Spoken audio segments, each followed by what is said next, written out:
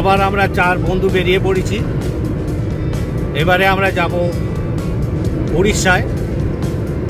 আজকে আমরা বাগদা যাব, আগামীকাল হলদিয়া ফরেস্ট ঘোরার ইচ্ছে আছে, তারপরে পঞ্চলিঙ্গেশ্বর, জগন্নাথ মন্দির, ক্ষীরচোরা, গোপীনাথ, এগুলো আগামীকাল আমাদের ঘোরার টার্গেট।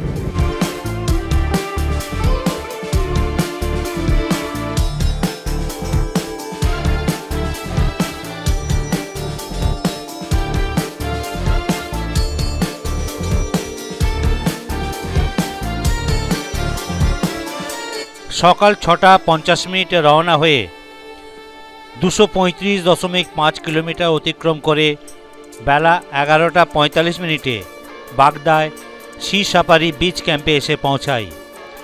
মাঝপথে আমরা ব্রেকফাস্ট সেরে নিই।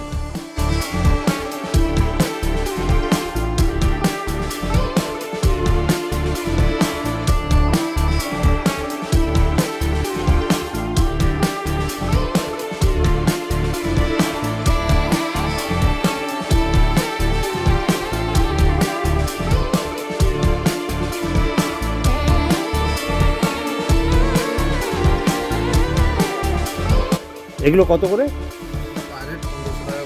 পার হেড 1500 টাকা, খাওয়া দাওয়া নিয়ে। এখানে 2-3 জন থাকতে পারে। আর 2টো টেন্টের জন্য একটাই বাথরুম। ওইদিকে 2টো টেন্টের জন্য একটা বাথরুম আছে, ওই সাইডেও 2টো টেন্টের জন্য একটা বাথরুম, এদিকে 2টো টেন্টের জন্য একটা বাথরুম।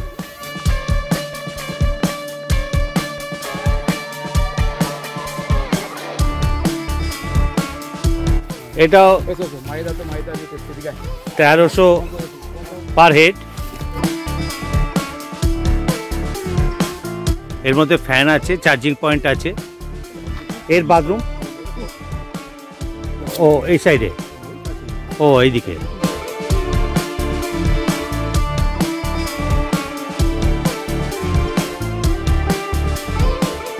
এগুলো 1300 টাকার জন্য, যেটা তার বাথরুম আলাদা করে আছে একটু দূরে।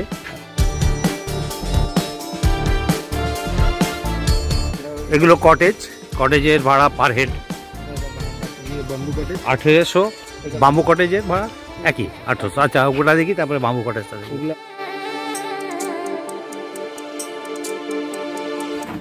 বাথরুম ভেতরে।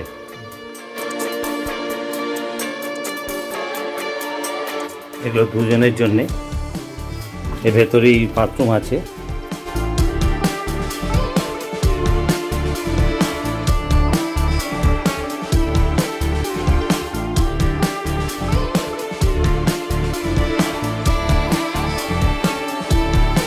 এটা বাম্বু কটেজ। এগুলো এরও ভাড়া একই, পার হেড 1800 টাকা।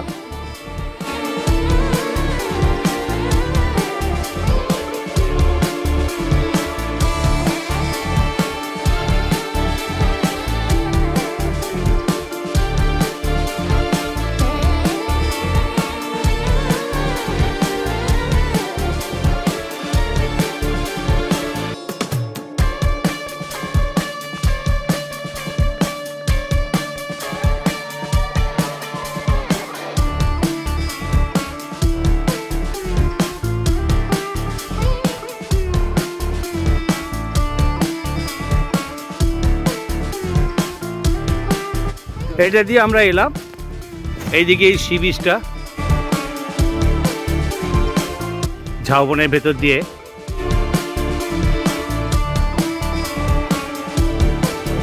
আমরা এসে গেলাম সমুদ্রের ধারে। এখান থেকেই, রিসর্ট থেকেই এখানে বসার জন্য সব ব্যবস্থা করে রেখেছে, কারণ এখানে লোকালিটি সেরকম নেই।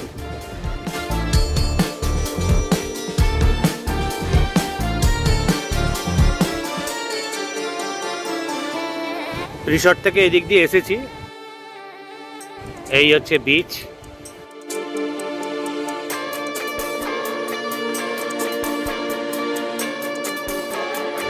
এই সাইডে চাঁদিপুর।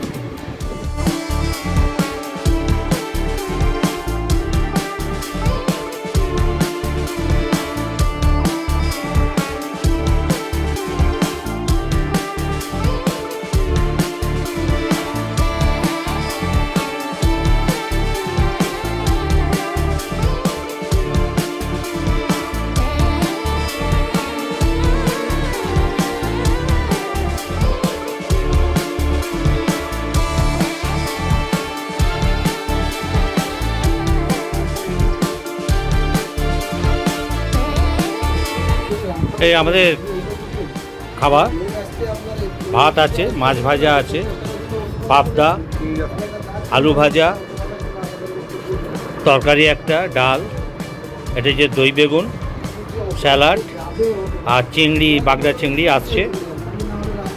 এই আমাদের এখানকার মেনু। সকালে আসতে ওয়েলকাম ড্রিঙ্কস ছিল, ডাব দেয়, তবে আজকে ডাব না থাকার জন্যে আমরা মশলা ঠান্ডা মশলা দিয়ে দিয়েছে। এই চাটনি, কেউ হেল্প করে না, ঠিক আছে।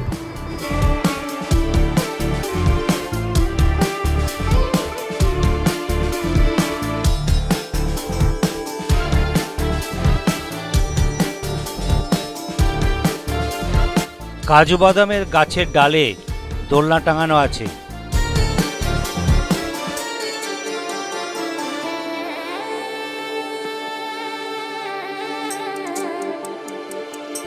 বৃষ্টি আরম্ভ হয়ে গেছে।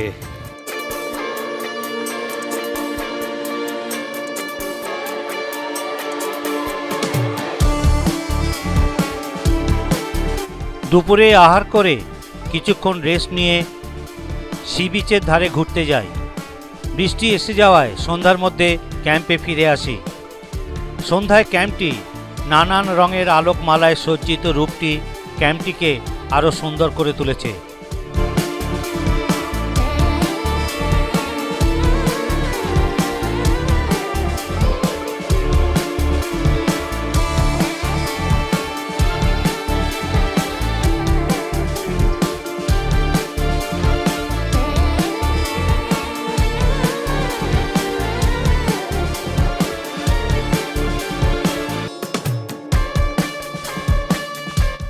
Good morning.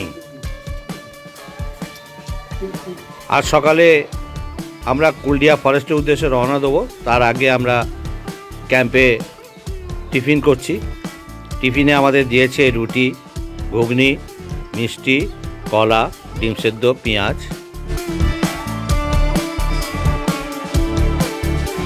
বড় সাইজের টেন্টের ভাড়া মাথাপিছু 1500 টাকা, ছোট টেন্টের ভাড়া মাথাপিছু 1300 টাকা, কটেজ এবং বাম্বু কটেজের ভাড়া মাথাপিছু 1800 টাকা।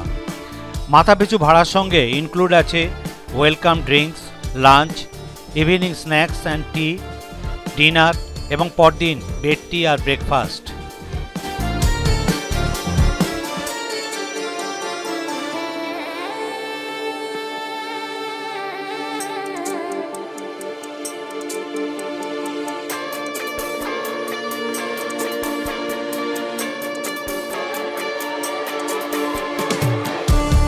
বাগদা সিসাপারি বিচ ক্যাম্প থেকে সকাল 8:50 রওনা হয়ে বেলা 11টার সময় কুলডিয়া ফরেস্ট রেঞ্জ অফিসে এসে পৌঁছালাম। দূরত্ব প্রায় 52.4 কিলোমিটার।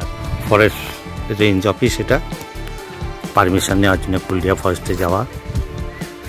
এখানে 9:30 থেকে তো 1টা পর্যন্ত ভিজিটারদের দেওয়া হয়। কুলডিয়া ফরেস্টে যাওয়ার জন্য এখান থেকে পারমিট নিতে হয়। নীলগিরি জগন্নাথ মন্দিরের কাছাকাছি এই অফিসটি। প্রবেশ মূল্য মাথাপিছু 40 টাকা করে, 10 জন বা তার বেশি হলে 25 টাকা করে। স্টুডেন্টদের এন্ট্রি ফি 20 টাকা করে, 10 বা তার বেশি হলে 10 টাকা করে। ক্যামেরার জন্য 50 টাকা। মোবাইল ক্যামেরার জন্য কোনো চার্জ লাগবে না। এছাড়া গাড়ি এবং ড্রাইভারের জন্য 100 টাকা। কুলডিয়া ফরেস্ট রেঞ্জ অফিস থেকে পারমিট নিয়ে 1.7 কিলোমিটার অতিক্রম করে নীলগিরি জগন্নাথ মন্দিরের কাছে আসি। মন্দিরের ডান দিকে রাজবাড়ি আর বাঁ দিকে রাস্তা ধরে কুলডিয়া ফরেস্টের দিকে এগিয়ে যাই। জগন্নাথ মন্দির থেকে ঋষিয়া নেচার ক্যাম্পের দূরত্ব 22.5 কিলোমিটার, কিন্তু 14.7 কিলোমিটার পরে মেন রোড থেকে বাঁ দিকে আরও 7.8 কিলোমিটার যেতে হবে। গুগলে কুলডিয়া ফরেস্ট লিখলে ভুল দেখাবে, লিখতে হবে ঋষিয়া নেচার ক্যাম্প, গহিরাভোলা। এই মেন রোড ধরেই দেবকুণ্ডে যাওয়া যায়। আমাদের ভ্রমণ পিপাসু চ্যানেলে দেবকুণ্ডের ভিডিও যদি না দেখে থাকেন তাহলে ডেসক্রিপশন বক্সে চাঁদিপুর দেবকুণ্ডের ভিডিও লিঙ্কটি দিয়ে রাখলাম। বালিয়ানাল ফরেস্ট গেটের কিছুটা আগে ডান দিক দিয়ে প্রায় 3 কিলোমিটার যাবার পর ঋষিয়া ড্যাম দেখতে পাওয়া যাবে। সময় অভাবে আমরা যেতে পারলাম না। কুলডিয়া ফরেস্ট রেঞ্জ অফিস থেকে যদি পারমিট না নেওয়া হয় তাহলে আপনারা সরাসরি বালিয়ানাল গেটে এসে এখান থেকে পারমিট নিয়ে ভিতরে প্রবেশ করতে পারেন। এই অফিসে এলাম, এখানে আমাদের এন্ট্রি এই কাগজ দেখি ভেতরে যাব। বালিয়ানাল গেটে পারমিটের কাগজের ওপরে একটা নকশা করে দেয় কোন দিকে যাব আর কোন দিকে যাব না তার জন্য। ওখান থেকে বেরোনোর পর প্রথম চৌরাস্তার বাঁ দিকটা বন্ধ আর ডান দিকে ঋষিয়া নেচার ক্যাম্প। চৌরাস্তা থেকে আবার সোজা যাবার পর যে রাস্তায় গিয়ে মিলিত হচ্ছে তার ডান দিকটা বন্ধ আর বাঁ দিকে ফরেস্ট রেস্ট হাউস কুলডিয়া।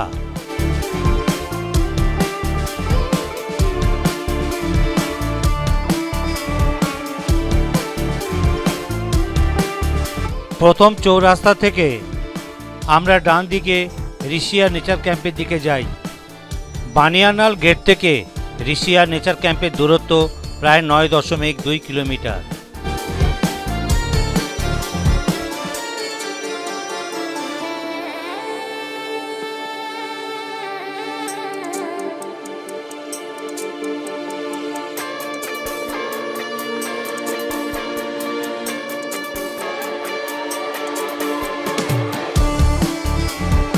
এটা কিচেন, এখানে টোটাল 9টা টেন্ট আছে। এই 9টা টেন্ট অনলাইনে বুক করা যায়, এক একটা রুম 2 জন করে। টেন্টগুলি নন এসি, ডবল বেডের ভাড়া 3000 টাকা, জিএসটি এবং আদার্স নিয়ে ভাড়া 3714 টাকা। এক্সট্রা একজন 4 থেকে 18 বছর বয়স পর্যন্ত অ্যালাও, তার জন্য আলাদা 1000 টাকা লাগবে, কিন্তু এক্সট্রা বেড প্রোভাইড করা হবে না। ঋষিয়া নেচার ক্যাম্প অনলাইনে বুক করা যায়, ডেসক্রিপশন বক্সে ওয়েবসাইট দিয়ে রাখলাম।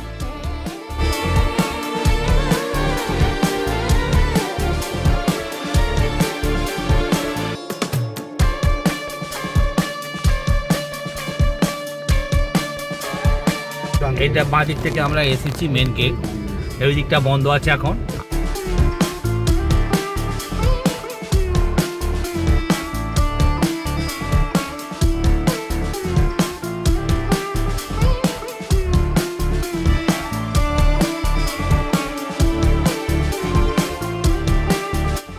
ঋষিয়া নেচার ক্যাম্প থেকে 3 মাথার মোড়ে এলাম। এখানে গার্ডসদের একটা ক্যাম্প আছে। ডান দিকে ফলসে যাওয়ার রাস্তাটি এখন বন্ধ, তাই বাঁদিকে রাস্তা ধরে কুলডিয়া ফরেস্ট রেস্ট হাউসের দিকে এগিয়ে গেলাম।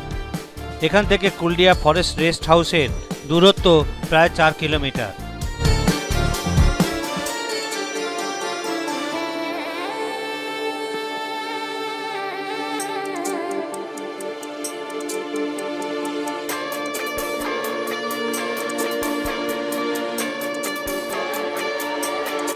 আমরা কুলডিয়া ফরেস্ট রেস্ট হাউসে এসে পৌঁছাই প্রায় দুপুর 2টোর সময়। সকালে ব্রেকফাস্ট করে বেরোনোর পর আর কিছুই খাওয়া হয়নি, খিদে খুবই পেয়েছিল। গার্ডস ক্যাম্পের ওখানে জানতে পারি কুলডিয়ায় একজন আছেন যার নাম পূর্ণচন্দ্র রাউত, যিনি খাবার ব্যবস্থা করে দেন। সেই মতো এখানে এসে ওনাকে আমাদের 4 জনের ব্যাপারে বলায় উনি রাজি হন ভাত, ডাল, আলু চোখা আর ডিম ঝুরি বা ডিমের কারি করে দেওয়ার জন্য। আমরা ওনাকে তাই রেডি করার জন্য বলে আশপাশে ঘুরতে বের হই।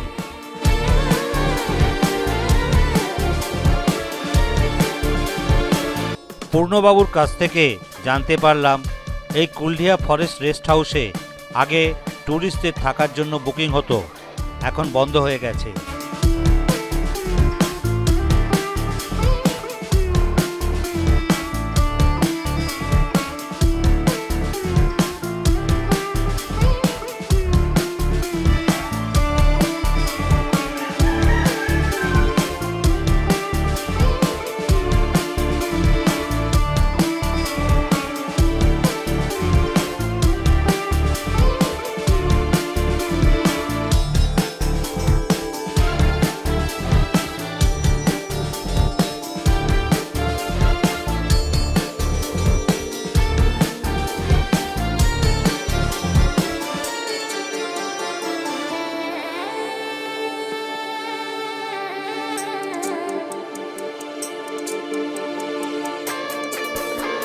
এই সাইডে নো এন্ট্রি, যাওয়া যাবে না।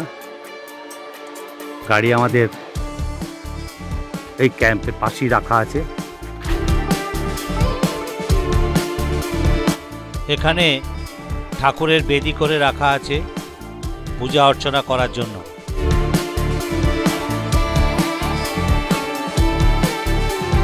এটা সল্ট পিট, এখানে হাতি ও অন্যান্য জন্তু জানোয়ার আসে। ওই স্পটে যাওয়া নিষেধ, ব্যারিকেড করা আছে। দূর থেকে বা ওয়াচ টাওয়ারে উঠে দেখতে হয়।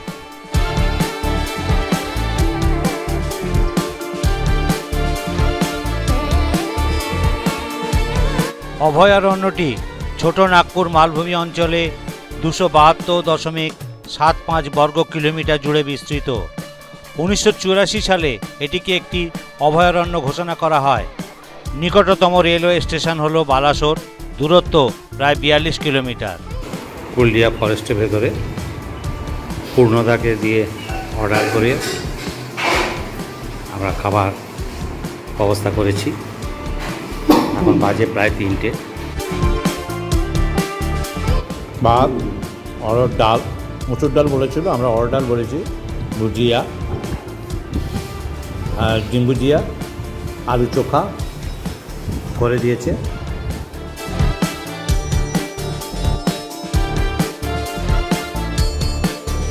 এখানে বসে আমরা দুপুরে আহারটা সারলাম। এই পূর্ণদা আছে, পূর্ণদা আমাদের সঙ্গে সঙ্গে খাওয়ার ব্যবস্থা করে দিলেন, ঘন্টাখানেক সময় চেয়েছিলেন। এটা হচ্ছে সল্টপিট, হাতি আছে ওখানে এই ভেতরটাকে বসে দেখার জন্যে।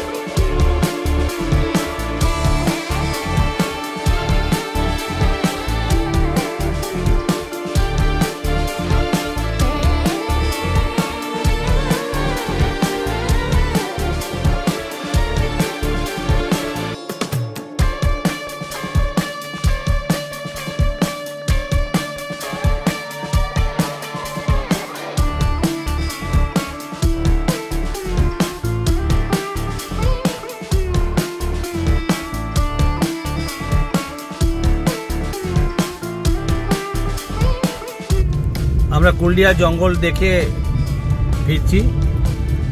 এখন আমরা নীলগিরি জগন্নাথ দেব মন্দিরটা দেখব, দেখে পঞ্চলিঙ্গেশ্বরের কাছে গিয়ে আজকে নাইট স্টে করব।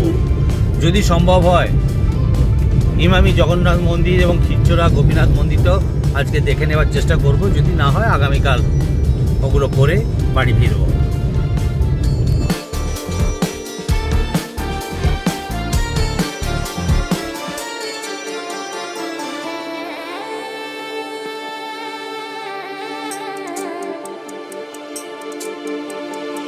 ডান দিকে পঞ্চলিঙ্গেশ্বর যাওয়ার রাস্তা আর বাঁ দিকে নীলগিরি জগন্নাথ মন্দির যাওয়ার রাস্তা।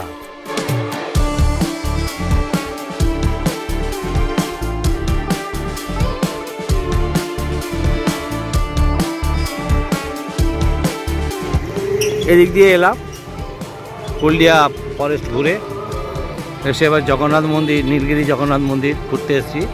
এটা রাজবাড়ি।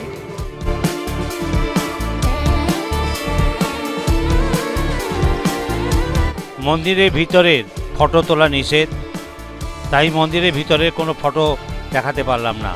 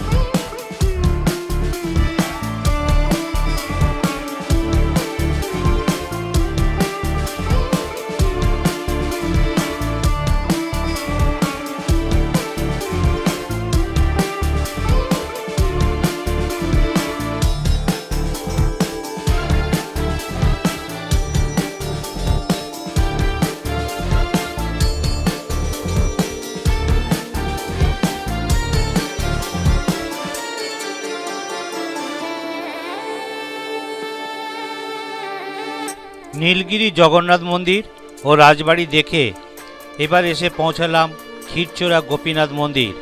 দূরত্ব প্রায় 19.8 কিলোমিটার।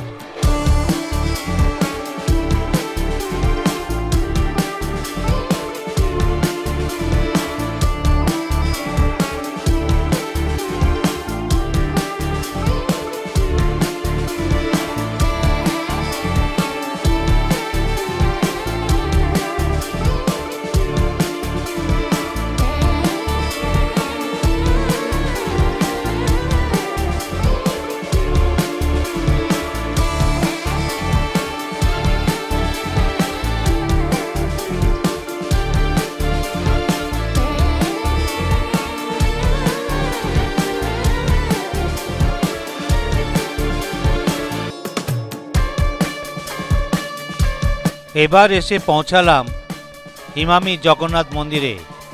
ক্ষীরচোরা গোপীনাথ মন্দির থেকে দূরত্ব 6.7 কিলোমিটার।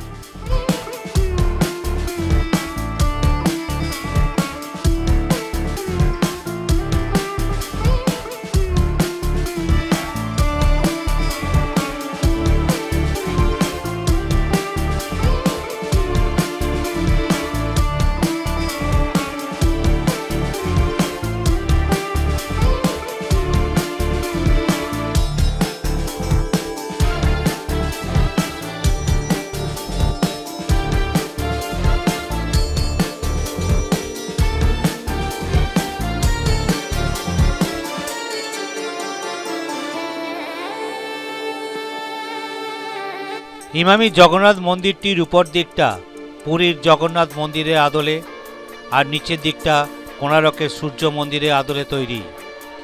দুটো মন্দিরের সংমিশ্রণে ইমামি জগন্নাথ মন্দিরটি অপরূপ হয়ে উঠেছে। চারিদিক পরিষ্কার পরিচ্ছন্ন, সাজানো গোছানো সুন্দর বাগান, বাগানের ভিতরে সুন্দর সুন্দর মূর্তি বসানো আছে। এছাড়া প্রতিটি মন্দিরের দেওয়ালে মূর্তি খোদাই করা আছে।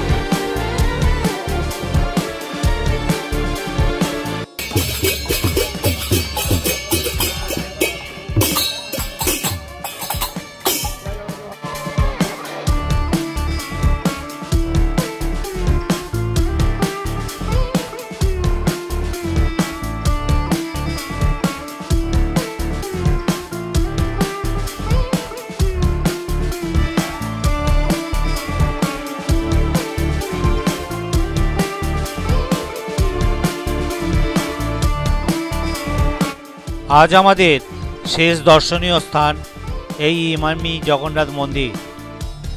এবার আমরা পঞ্চলিঙ্গেশ্বরের কাছে কোনো হোটেলে নাইট স্টে করব, যাতে কাল সকালে পঞ্চলিঙ্গেশ্বর দর্শন করতে পারি।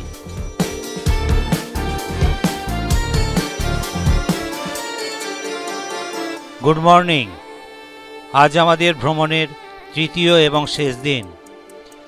গতকাল ইমামি জগন্নাথ মন্দির ঘুরে প্রায় 22 কিলোমিটার অতিক্রম করে সন্ধ্যা 7:30 পঞ্চলিঙ্গেশ্বর থেকে প্রায় 1.2 কিলোমিটার আগে লক্ষ্মী নিবাসে নাইট স্টে করি। হোটেলটি পরিষ্কার পরিচ্ছন্ন, গাড়ি পার্কিংয়ের ব্যবস্থা আছে।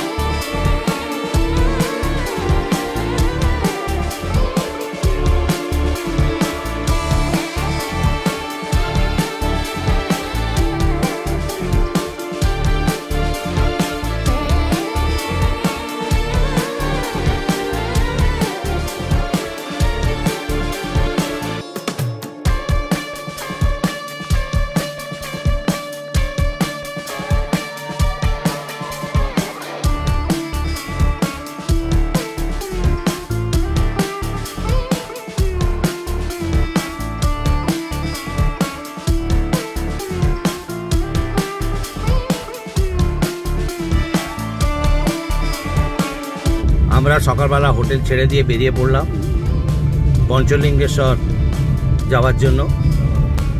পঞ্চলিঙ্গেশ্বর ঘুরে আজকে আমরা বাড়ির উদ্দেশ্যে রওনা দেবো। গুগলে দেখাচ্ছে এখান থেকে প্রায় 260 কিলোমিটার মতো, সাড়ে 5.5 থেকে 6 ঘন্টার মতো টাইম লাগবে। আমরা কতক্ষণে পৌঁছাতে পারি দেখি।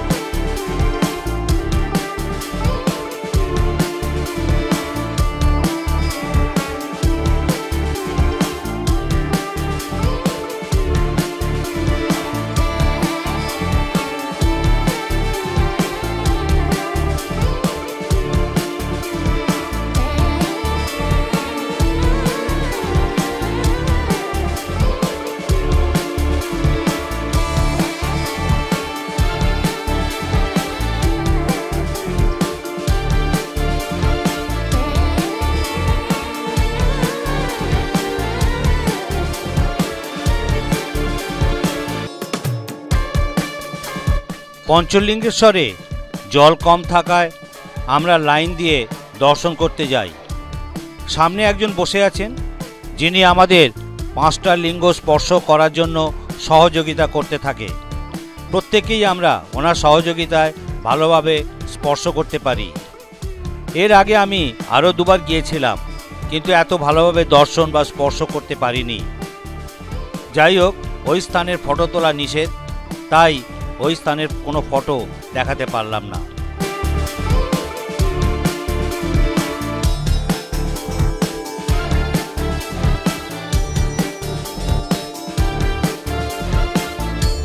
এই ছবিটা তোলা যাবে? 3, 4, 5।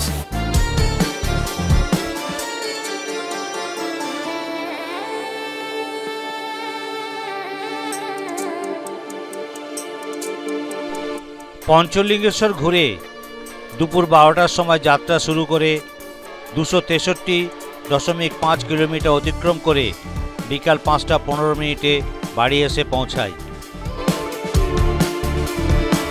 যদি ভিডিওটি ভালো লেগে থাকে তাহলে লাইক ও শেয়ার করুন। এরকম আরও সুন্দর সুন্দর ভিডিও পেতে আমার এই ভ্রমণ পিপাসু চ্যানেলটিকে সাবস্ক্রাইব করুন এবং নতুন ভিডিওর নোটিফিকেশন পেতে পাশে থাকা বেল আইকনটি ক্লিক করুন।